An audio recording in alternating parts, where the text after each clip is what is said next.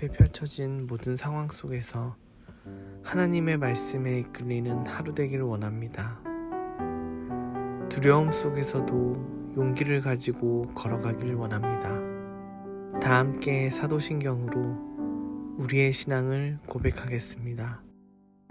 전능하사 천지를 만드신 하나님 아버지를 내가 믿사오며 그 외아들 우리 주 예수 그리스도를 믿사오니 이는 성령으로 잉태하사 동정녀 마리아에게 나시고 본디오 빌라도에게 고난을 받으사 십자가에 못 박혀 죽으시고 장사한 지 사흘 만에 죽은 자 가운데서 다시 살아나시며 하늘에 오르사 전능하신 하나님 우편에 앉아 계시다가 저희로서 산자와 죽은 자를 심판하러 오시리라.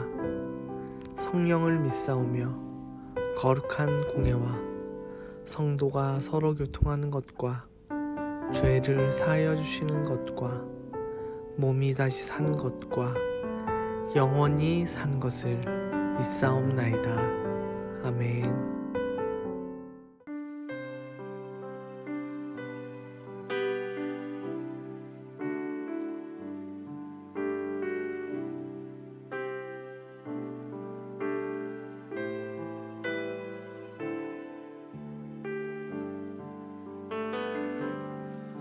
세상의 유혹 시험이 내게 몰려올 때에 나의 힘으론 그것들 모두 이길 수 없네.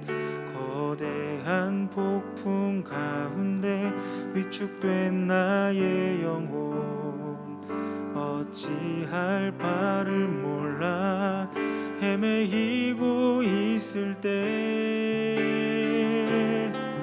주를 찬양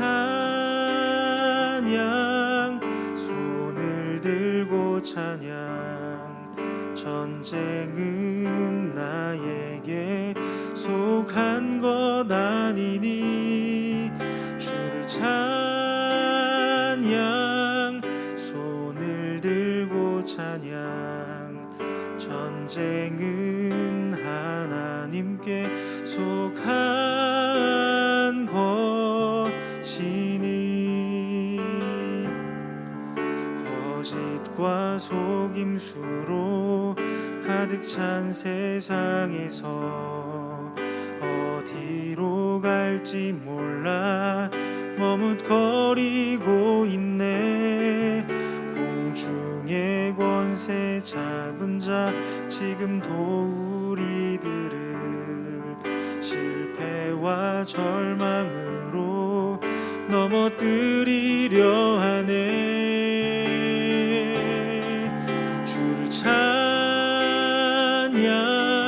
손을 들고 찬양 전쟁은 나에게 속한 것 아니니 주를 찬양 손을 들고 찬양 전쟁은 하나님께 속한 것이니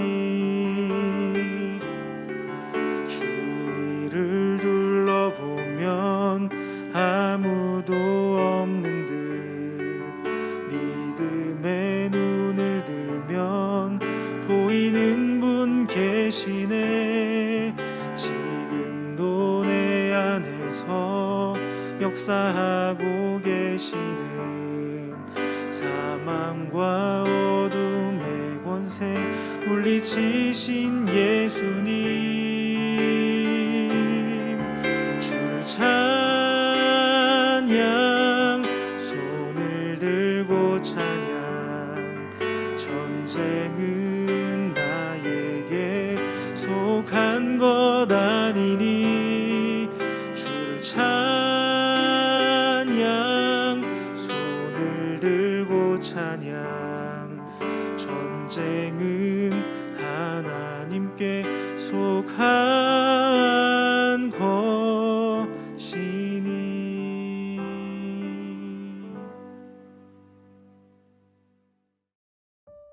오늘 우리가 함께 나눌 말씀은 예레미야 50장 11절부터 15절까지입니다.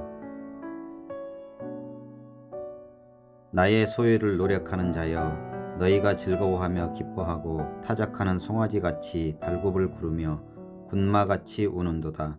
그러므로 너희의 어머니가 큰 수치를 당하리라. 너희를 낳은 자가 치욕을 당하리라.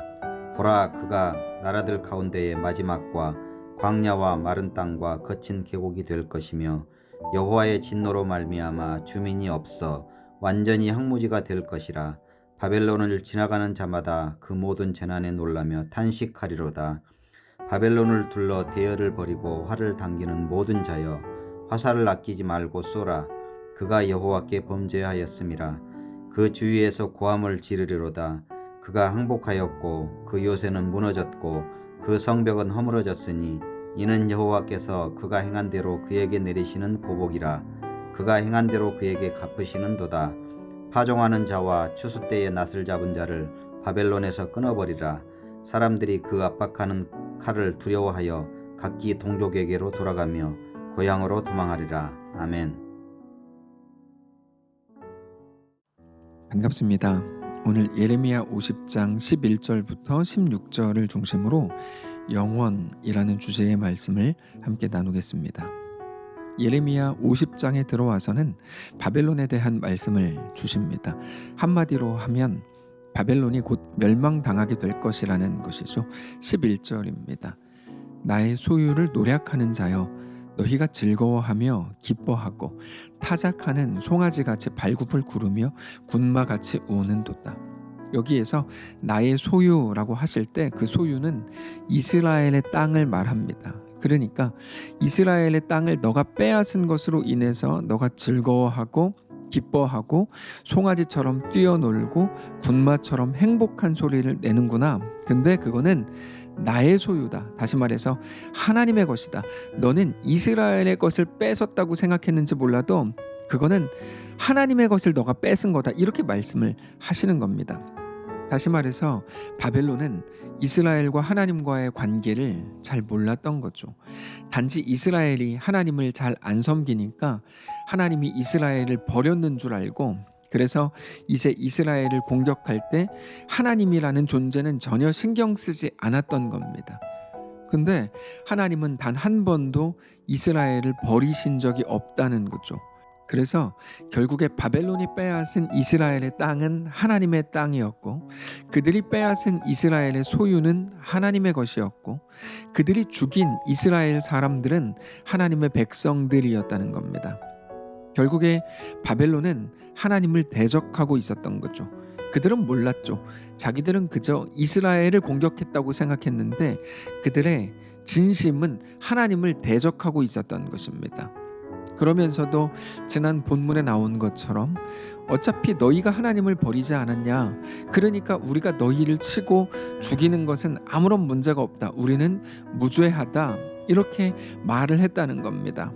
그러나 하나님은 그렇지 않다라고 분명하게 말씀을 하고 계시는 거죠. 그래서 오늘 본문에서도 나의 소유라고 말씀을 하시는 겁니다. 근데 바벨론이 하나님의 소유를 노략한 것에 대해서 하나님께서 반드시 보응하신다고 말씀을 하십니다. 12절입니다. 그러므로 너희의 어머니가 큰 수치를 당하리라. 너희를 낳은 자가 치욕을 당하리라. 보라, 그가 나라들 가운데에 마지막과 광야와 마른 땅과 거친 계곡이 될 것이다. 여기에 너희의 어머니 이렇게 되어 있는 표현은 구약에 자주 나오는 표현입니다. 진짜 어머니를 말하는 게 아니라 그들이 사는 도시, 그들이 살아가는 땅, 그 터전을 말하는 겁니다. 구약에서 땅은 굉장히 중요한 가치입니다. 삶의 터전이 되기 때문입니다. 그래서 너희가 사는 땅을 어머니로서 표현하는 부분이 아주 많습니다. 그러니까 너희가 살아온 그 땅이 수치를 당한다는 거죠. 너희의 그 땅이 바싹 마른 광야가 되고 거친 계곡이 된다는 겁니다. 황폐하게 된다는 말입니다. 13절입니다. 여호와의 진노로 말미암아 주민이 없어 완전히 황무지가 될 것이라. 바벨론을 지나가는 자마다 모든 재난에 놀라며 탄식하리로다. 그래서 완전히 망해버린 바벨론을 보면서 지나가는 모든 사람이 깜짝 놀라게 된다는 거죠. 저게 바벨론 맞아? 우리가 알고 있었던 그 바벨론이 맞아? 그렇게 강력했던 땅이 맞아? 어떻게 하다가 저렇게 됐대? 이렇게 놀라는 거죠. 그러면서 한편으로 두렵게 되는 거야. 야, 바벨론조차 저렇게 된다면 더 약한 나라들은 어떻게 될까? 이렇게 놀라는 거죠. 세상에 정말 영원한 게 없구나, 이런 생각을 하게 되는 겁니다. 우리도 마찬가지입니다. 우리는 지금이 마치 영원할 거라고 생각하는 습관이 있습니다. 자기도 모르게 그렇게 생각합니다. 그래서 자기의 실패를 보면서 한탄하고 절망합니다. 단지 아쉬워하는 게 아니고 절망을 합니다. 왜 그렇게까지 합니까? 그게 지속될 거라고 생각하기 때문이죠.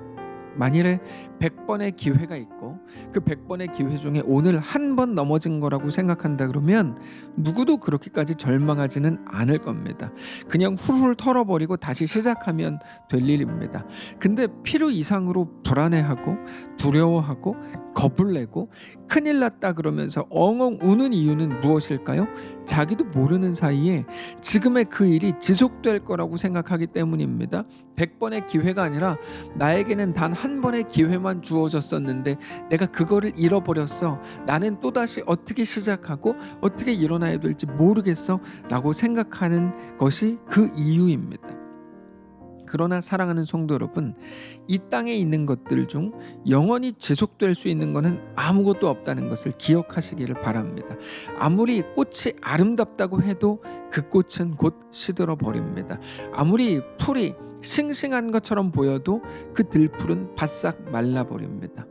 근데 우리가 그런 것들을 의지하고 그런 것들을 더 가꾸는데 우리 온 정신을 집중하고 그것들을 얻는 일에 우리의 명예와 자존심까지 다 걸어버린다면 그거는 정말 무지한 자의 모습일 겁니다. 우리는 지속적인 것, 더 영원한 것이 무엇인지를 알아야 됩니다. 청소년 때는 친구가 제일 좋고 마치 그것만 영원할 것 같아서 심지어 어떤 사람들은 가족까지 버리고 친구를 따라가지만 영원한 친구는 없습니다. 가족이 훨씬 더 소중합니다. 그러나 그 가족마저도 영원할 수 없습니다. 요즘에는 별의별 일이 다 일어나는데 돈도 그렇고 명예도 건강도 그 어떤 것도 영원할 수 없습니다. 성경은 오직 하나님의 말씀만 영원하다고 우리에게 말씀하십니다. 이사야 40장이죠. 풀은 마르고 꽃은 시드나 우리 하나님의 말씀은 영원히 서리라 하라. 결국에 우리가 영원토록 붙들어야 되는 것, 우리의 에너지를 쏟아야 되는 것, 우리의 마음을 두어야 되는 그 자리는 바로 하나님의 말씀입니다. 하나님의 말씀이라는 말은 단지 그러니까 너 성경 읽어, 너 성경 몇 번 읽었어, 너 하루에 성경 몇 장 읽어, 여러분 그런 말이 아니고 하나님의 말씀이라는 것은 하나님의 약속을 일컫는 겁니다. 하나님의 약속. 자, 하나님의 약속이 무엇입니까? 내가 너를 사랑한다. 이의 약속이죠. 나는 너를 버리지 않는다. 내가 너를 창조했다. 나는 너를 반드시 얻을 거다. 어떤 환난과 어떤 고난 속에서도 나는 너의 하나님이 되리라. 염려하지 말고 두려워하지 말라. 내가 너를 붙들리라. 너가 거친 파도 위에 있고 넘실거리는 요단강에 서야 하지만 그것이 너를 삼키지 못할 거다. 그것에 내가 너를 절대로 뺏기지 않는다. 나는 너의 하나님이 되리라. 이게 하나님의 약속이고 우리에게 대한 하나님의 말씀입니다. 지난 주일에도 말씀을 드렸지만 사람들은 여전히 헤롯을 두려워합니다. 사람들이 헤롯을 두려워하는 이유는 뭘까요? 그게 눈에 보이는 전부이기 때문입니다. 오늘 본문이라고 하면 바벨론을 두려워하는 거죠. 바벨론의 군대, 바벨론이 차지한 땅, 바벨론 앞에 엎드리고 있는 수많은 나라들, 권력자들, 그들이 가진 권세가 두려운 겁니다. 그러나 그것들이 지금은 마치 모든 세상을 다 가진 것처럼 보이지만 성도 여러분, 그것들은 절대로 영원할 수가 없습니다. 오히려 하나님의 말씀 한마디로 모든 것이 무너집니다. 당장 14절을 보십시오. 바벨론을 둘러 대열을 벌이고 활을 당기는 모든 자여 화살을 아끼지 말고 쏘라. 그가 여호와께 범죄하였습니다. 그 주위에서 고함을 지르리로다. 그가 항복하였고 그 요새는 무너졌고 그 성벽은 허물어졌으니 이는 여호와께서 그가 행한 대로 그에게 내리시는 보복이라. 그가 행한 대로 그에게 갚으시는도다. 사랑하는 성도 여러분, 오직 하나님 한 분만 영원하신 것을 믿으시기 바랍니다. 오늘 우리 앞에서 마치 영원할 것처럼 떵떵거리는 그 모습으로 서 있는 바벨론이 무엇입니까? 헤롯은 누구입니까? 또는 영원히 우리를 망가뜨릴 것처럼 보이는 우리 연약함, 우리의 못난 모습은 무엇입니까? 오직 하나님 한 분만을 오늘 바라보실 수 있기를 바랍니다. 이 땅의 것은 영원하지 않습니다. 영원하지 않은 것들에 우리의 모든 정신을 쏟아온 그것들을 이제 멈추고 이제는 영원하신 우리 하나님을 믿음으로 바라보면서 세상에서는 그 어떤 것들로도 얻을 수 없었던 위로와 힘과 진정한 샬롬을 소유하게 되는 거룩한 우리의 오늘이시기를 바랍니다. 기도하겠습니다. 살아계신 하나님 감사합니다. 영원하지 않은 것들을 영원한 것처럼, 사실 그렇게까지 힘이 있는 게 아닌데 보이는 대로만 보고 들리는 대로만 듣고 느껴지는 대로만 그게 전부라고 느꼈던 우리를 불쌍히 여기시고 이제는 영원하신 하나님을 믿음으로 바라보며 주님과 동행하기를 힘쓰는 거룩한 주의 백성들 다 되도록 축복하시옵소서. 감사드리며 살아계신 예수님의 이름으로 기도합니다. 아멘. 사랑하는 성도 여러분, 하나님께서 오늘 하루를 우리에게 허락하셨습니다. 믿음으로 살아가게 되시길 바라고 주님과 함께 믿음으로 동행하는 귀한 우리의 날들 되시기를 바랍니다.